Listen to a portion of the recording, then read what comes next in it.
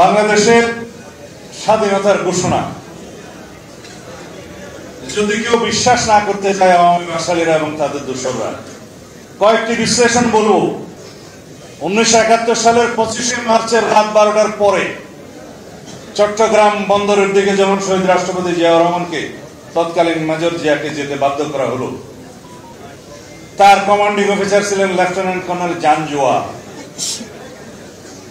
এবং বাঙালি অফিসাররা 8th বেঙ্গল রেজিমেন্টের অফিসাররা বুঝতে পেরে বন্দরের একটি যাত্রা পথে যখন ব্যারিকেড দেওয়া হলো, সেখানে আরেকজন সামরিক বাহিনীর তৎকালীন মেজর জিয়ার সাবঅর্ডিনেট অফিসার এসে যখন ঘোষণা করলেন যে রাজারবাগ পুলিশ লাইনে আক্রমণ হয়েছে, পাকিস্তানরা গণহত্যা চালাচ্ছে, সেই মুহূর্তে তিনি তার সাথে যে পাকিস্তানি অফিসার ছিল তাকে বন্দী করলেন এবং বললেন উই রিপোর্ট, আই রিপোর্ট।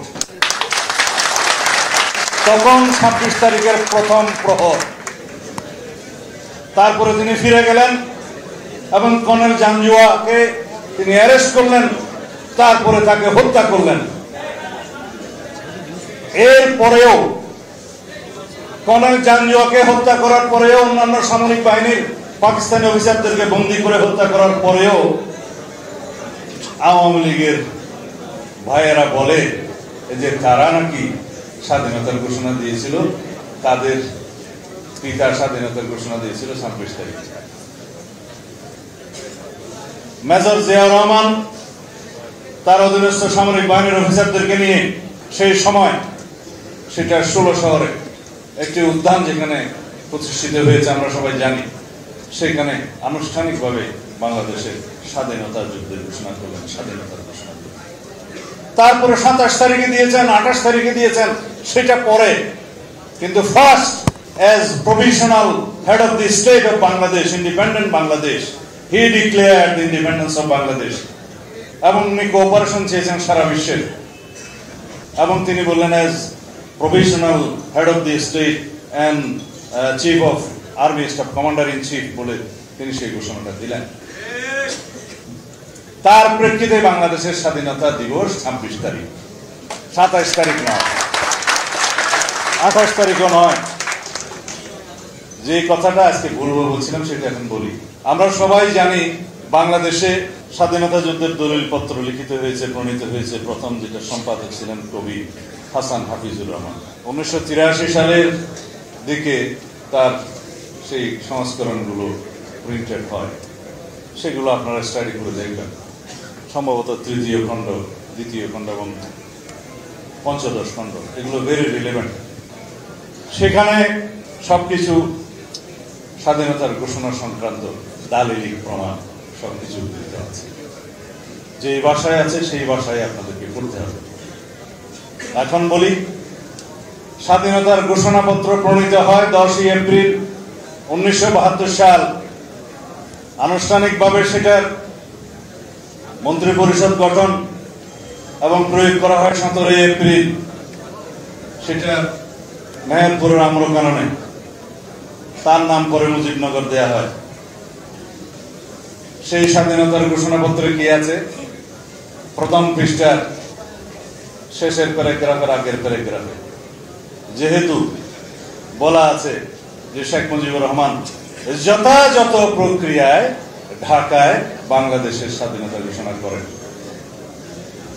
এতদিন জাতীয় ঐক্যের স্বার্থে আমরা এই বাংলাদেশের স্বাধীনতার ঘোষণাপত্র নিয়ে কোন প্রশ্ন তুলে যথাযথ প্রক্রিয়া ইংরেজিতে লেখা হয়েছিল, সেটা duly declared independence of Dhaka, independence of Bangladesh এর ঢাকা। এই ডিউলি শব্দটা বাংলা ভার্সনে যথাযথ প্রক্রিয়ায় বলা হয়েছে, সেটাই এখন স্বাধীনতার ঘোষণাপত্রের দলিল হিসেবে সংরক্ষিত আছে। যদি তাই হয়, তৎকালীন প্রধানমন্ত্রী, প্রবাসী সরকারের প্রধানমন্ত্রী, বাংলাদেশের স্বাধীনতার পরে প্রথম প্রধানমন্ত্রী তাজউদ্দিন সাহেব সেটা বলেন নাই কেন? তাই যদি হয়, নেতা ও পিতা নামে যে পুস্তক লিখিত হয়েছে তাজউদ্দিন সাহেবের কন্যা লিখেছেন, সেখানে যেটা বলা হলো যে আব্বু একটি ক্যাসেট রেকর্ডার নিয়ে 25 তারিখের মধ্যরাতের আগে শেখ মুজিবুর রহমানের কাছে গেলেন এবং বললেন পরিস্থিতি অনুযায়ী আমরা আপনার ঘোষণা সেটা প্রকাশ করব, আপনি এখন রেকর্ড করেন বাংলাদেশের স্বাধীনতা ঘোষণা। তিনি বললেন, আমি কোনো বিচ্ছিন্নতাবাদী সংগ্রামের নেতা হতে চাই না। তিনি কোনো রেকর্ড দিতে রাজি হলেন না।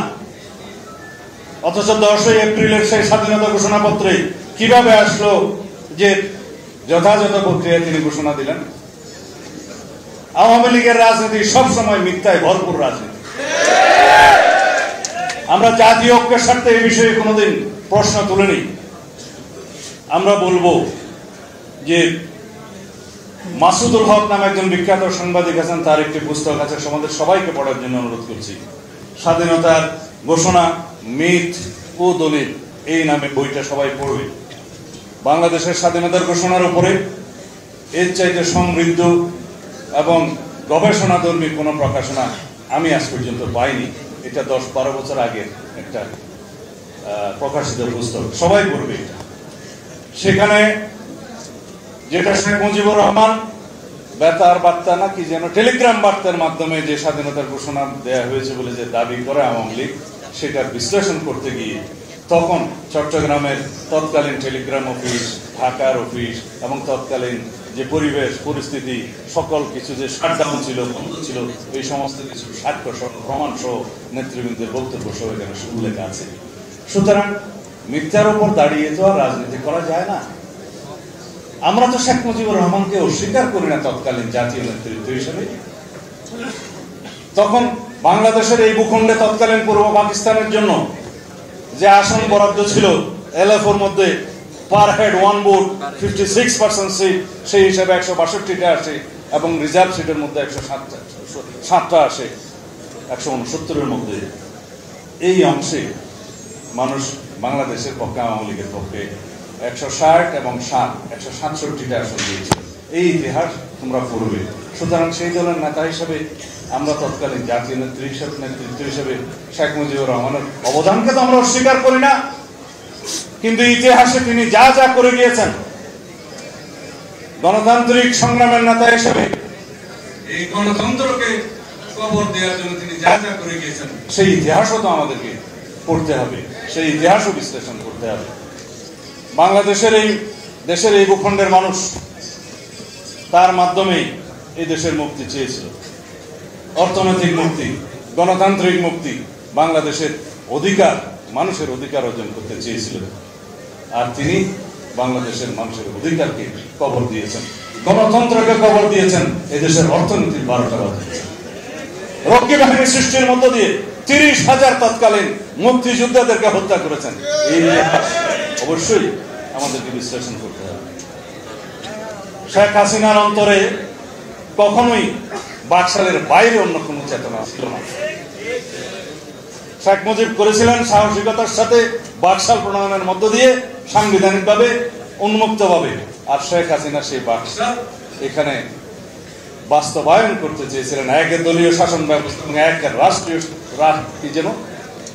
এক দলীয় এবং শাসন ব্যবস্থা এবং এক দলীয় রাষ্ট্র ব্যবস্থা প্রবর্তন করতে চেয়েছিলেন। প্র্যাকটিক্যালি কিসের মুখোশে? গণতন্ত্রের মুখোশে, ভোটের নামে প্রহসনের মুখোশে একই জিনিস বাস্তবায়ন করতে চেয়েছিলেন।